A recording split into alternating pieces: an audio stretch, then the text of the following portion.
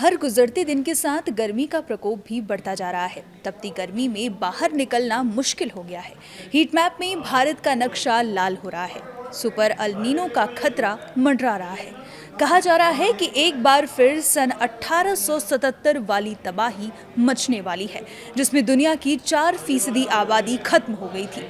ये तपाने वाली गर्मी कितनी खतरनाक होने वाली है, जानते हैं इस वीडियो में। आप देख रहे हैं न्यूज़ 18 का डिजिटल प्लेटफॉर्म और मैं हूं आपके साथ पल्लवी त्रिपाठी। वैज्ञानिक कहते हैं कि समुद्र की सतह का तापमान बढ़ने और हवा के दबाव में बदलाव की वजह से ये हो रहा है। भारतीय मौसम विभाग IMD के नक्शे में भी 26 अप्रैल 2026 को भारत का ज्यादातर हिस्सा लाल हुआ पड़ा था। 2026 के बाद के महीनों में एक बहुत मजबूत अल नीनो बनने वाला है। इसे कुछ लोग सुपर अल नीनो या गॉडजिला अल नीनो भी कह रहे हैं। विश्व मौसम संगठन WMO ने भी अप्रैल 2026 में चेतावनी दी है कि मई से जुलाई 2026 तक अल नीनो शुरू हो सकता है।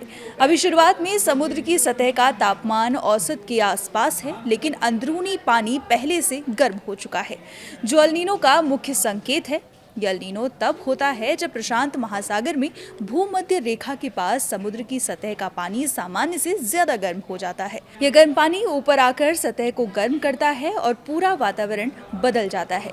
इस अल नीनो के अलग अलग असर देखने को मिल सकते हैं। अल नीनो पूरी दुनिया का मौसम बदल देता है। इससे कुछ जगहों पर भारी बारिश और बाढ़ आती है, तो कुछ जगहों पर सूखा पड़ता है। भारत में मानसून कमजोर हो सकता है, जिससे कृषि पर असर पड़ेगा। गर्मी भी बढ़ जाती है, क्योंकि अल नीनो पूरी पृथ्वी को गर्म करता है।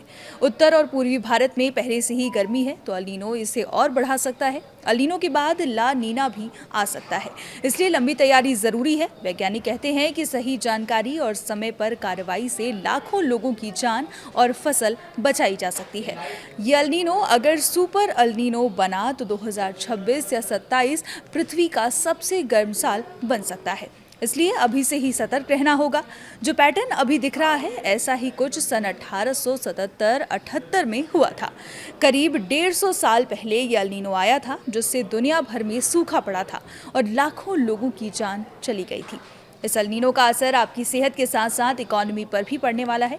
इकोनॉमिस्ट और एक्सपर्ट्स का कहना है कि कमजोर मॉनसून कच्चे तेल की ऊंची कीमतों और खाद की सप्लाई में रुकावटों से पैदा हुई मुश्किलों को और बढ़ा देगा। हालांकि मिडिल ईस्ट में जारी संघर्ष का ठीक ठाक असर इस बात पर निर्भर करेगा कि ये कितने समय तक चलता है। लेकिन सप्लाई चेन से जुड़ी दिक्कतें तब भी तुरंत हल नहीं होंगी। अगर मानसून की वजहों से फसलों में दिक्कत आती है, तो खाने पीने की चीज़ें भी महंगी हो जाएंगी। कच्चे तेल, गैस और अब शायद फसलों की सप्लाई में आने वाले झटकों का मतलब ये हो सकता है कि महंगाई उम्मीद से ज़्यादा हो जाए, GDP ग्रोथ कम रहे। पृथ्वी विज्ञान मंत्रालय के सचिव M रविचंद्रन के मुताबिक फिलहाल ला नीना जैसी स्थितियां खत्म होकर न्यूट्रल हो रही हैं, लेकिन मॉनसून के दूसरे हाफ में अल नीनो का प्रभाव बढ़ेगा। इसका मतलब है कि जून में शायद उतनी दिक्कत ना हो, लेकिन जुलाई से सितंबर के बीच बारिश में बड़ी कमी देखी जा सकती है। वैज्ञानिकों का कहना है कि हालांकि अल नीनो एक नेचुरल प्रोसेस है, लेकिन इंसान की वजह से बढ़ रही ग्लोबल वार्मिंग इसे और भी खतरनाक बना रही है। ग्रीन हाउस गैसों की वजह से धरती पहले ही गर्म है, अब ऊपर से अल नीनो इसे हीट बम बना सकता है। फिलहाल के लिए इतना ही। देखते रहिए न्यूज़ 18।